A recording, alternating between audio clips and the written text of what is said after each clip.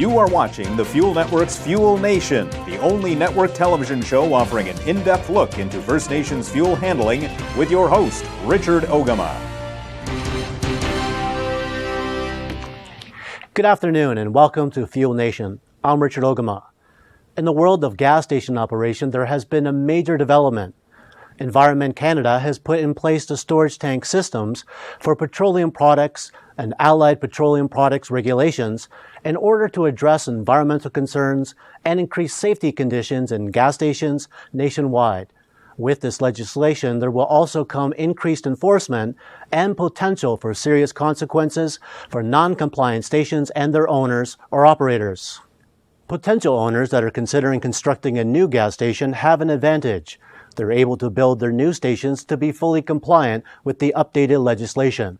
However, owners and operators of existing stations do not have the same luxury. All stations located on First Nation lands are required to comply with the regulations, and this means that existing stations may need to reconfigure, reorganize, repair, and/or replace existing systems. Here on Fuel Nation, we are focused on providing the latest news and information on developments in the world of fuel and First Nations. To further discuss how this legislation affects gas station owners and operators and offer insight on how to ensure compliance, we have reached out to First Nations fuel expert Mike Beardy. We have him standing by in our Regional Fuel Network studios in Northern Ontario to speak with us today. Let's connect with him now.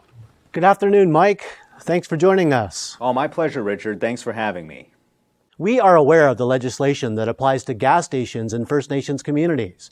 Can you tell us how these regulations affect gas station owners and operators? Oh, of course. Well, it's very important that all First Nations involved in the ownership or operation of any gas station is up to date on the legislation and all of its changes and the potential consequences of non-compliance. Recently, I visited the Wabigoon First Nation community store to assist them in understanding and becoming compliant with the updates.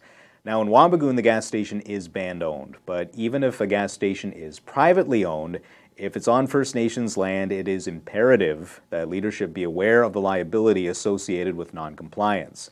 Now, a community could be left without access to fuel should an owner or operator be found non-compliant. That's a scary thought. Do all stations have to comply with the same legislation? Well, yes, they certainly do. And the nice thing about building a new gas station is that you have the opportunity to meet all of the regulatory requirements before your station even becomes operational. But existing stations are required to follow the exact same legislation to be compliant. So how is a gas station owner or operator supposed to know what they need to do to be fully compliant? Now, each individual station owner or the band, in the case of a band-owned station, is responsible to do all their own research and understand what is needed to become completely compliant. The best place to look for this information is the Environment Canada website. Legislation is easy to locate online, and you can also call Environment Canada directly to gather insight and advice, as well as asking any questions you may need assistance with. There are also many other useful resources for gas station owners, like the OFN-TSE training programs and their fuel training information. That can be found on their website at www.ofntsc.org. That's a lot of information. I'm overwhelmed just thinking about it. Is there a way to simplify it? Well, legislation can be complicated, and everyone should contact Environment Canada for the exact interpretation of the requirements. Now, the team and I have broken up the process of gas station construction, operation, and compliance into 4 simplified areas. These address the needs of owners and operators in moving their gas stations into compliance. So tell me, how did you do this? We began by working out how the average station owner would go through his or her daily operational procedures. Now, the 4 areas we defined are 1, before you open, 2, what to look for, 3, daily operations, and of course, 4, legislation and training. Okay, Mike, what are the main things that stations will need to do before they open? It begins with as-built drawings. Each station must have them. They must be site-specific, and they must be stamped by a certified engineer. And these drawings must be kept on site for the life of the station. In your experience, would an inspector ever request these drawings? Absolutely. I mean, in the event of an inspection, the as-built drawings will need to be examined or the owner will face a penalty. Another important document is the contingency plan. Again, this plan needs to be site-specific, must be kept on site in a clearly marked location. A contingency plan is the course of action the gas station staff will take in the case of an emergency, making sure that they have all studied and practiced it well and know where to find it. If your station doesn't currently have a contingency plan, you should develop one as soon as possible. Environment Canada can assist you in developing a contingency plan.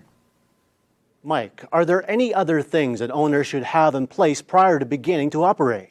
Well, training is very important. Any staff that handles fuel will need to have fire extinguisher training as well as WHMIS certification. All staff will also need general operations and first aid training. Owners should document any and all training their staff complete. The Ontario First Nations Technical Services Corporation will provide record-keeping sheets and training completion cards to First Nation gas stations if required. All this helps to ensure that there's no question that the staff of your station is properly trained and ready to handle any situation. What about existing stations and finished builds? You've called this area what to look for. Before we get into the detail, what exactly does that mean?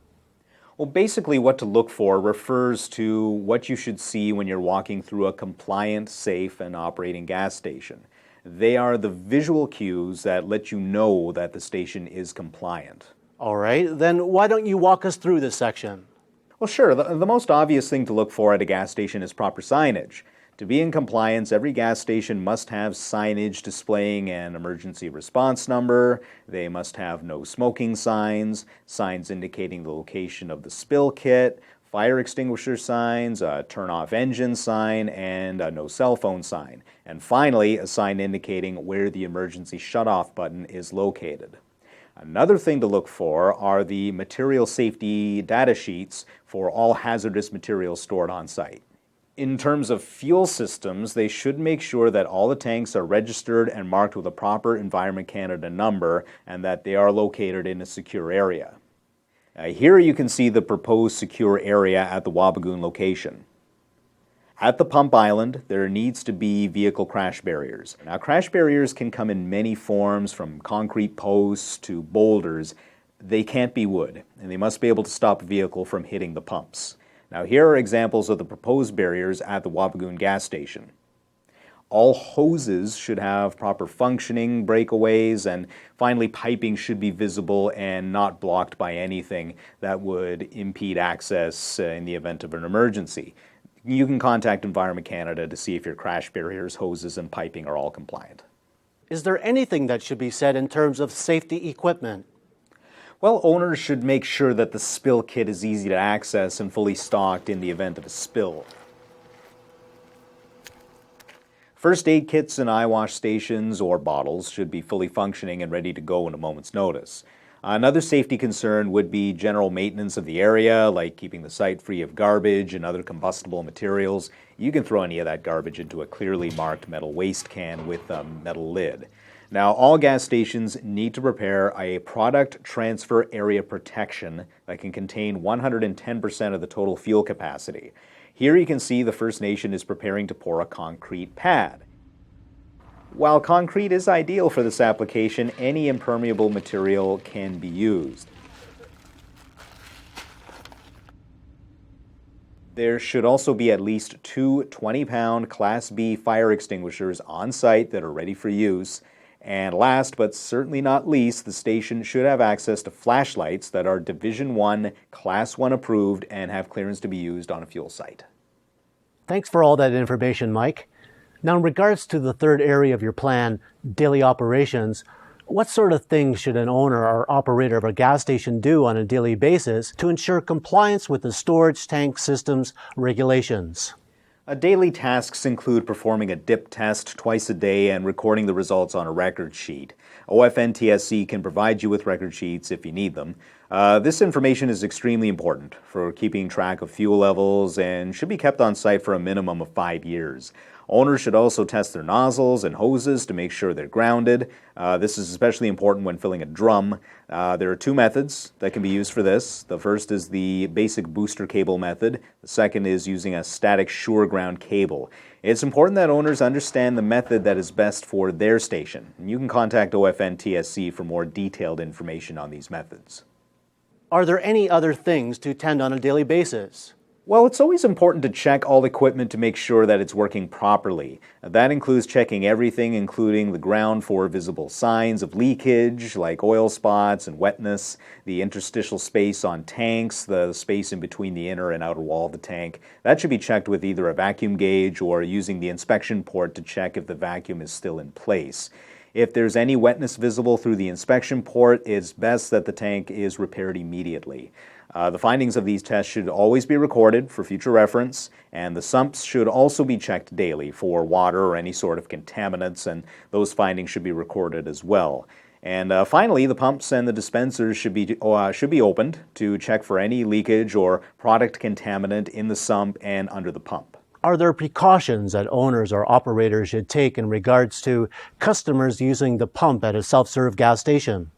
Well, owners and operators should keep an eye on the customers to make sure they're interacting safely with the equipment. What should they watch for? Things like the proper filling of 5-gallon containers and never filling anything in the back of a truck with a liner. They should also take into consideration static electricity issues by ensuring that customers don't do anything to cause a transfer of charge or doing anything else that's unsafe, like getting back in the car while fueling, jamming the dispenser open, using electronic devices, smoking, leaving the vehicle running, leaving the refueling area, or overfilling. Tell me what happens if there's an emergency. Emergencies are usually site-specific, but it's important to note that the staff should have proper training to handle whatever comes their way. If there's any sort of spill, it should be reported to the spill hotline. That's 1-800-268-6060. Thanks so much for speaking with us today, Mike. We're almost out of time. Are there any final words you would like to leave our viewers with? Well, thanks for having me. Yes, in conclusion, First Nation gas station owners need to realize that this legislation is real. Environment Canada can and will come to your community, and they will issue penalties to any stations found negligent. These penalties could leave a remote community without access to fuel. It is, however, not difficult to become compliant, and there are many resources you can use to help along the way. Thank you, Mike. As you can see, there are many important areas that need the attention of gas station owners and operators to ensure compliance with the storage tank system's regulations. As we have learned, compliance is mandatory and not to be taken lightly. But becoming compliant is not that difficult, and help is available. For all inquiries regarding the legislation, contact Environment Canada. And for assistance with fuel safety procedures, contact the Ontario First Nations Technical Services Corporation. Thanks for joining us. On behalf of Mike Beardy and our entire crew, I'm Richard Ogama. Stay safe, everyone, and we'll see you next time on Fuel Nation.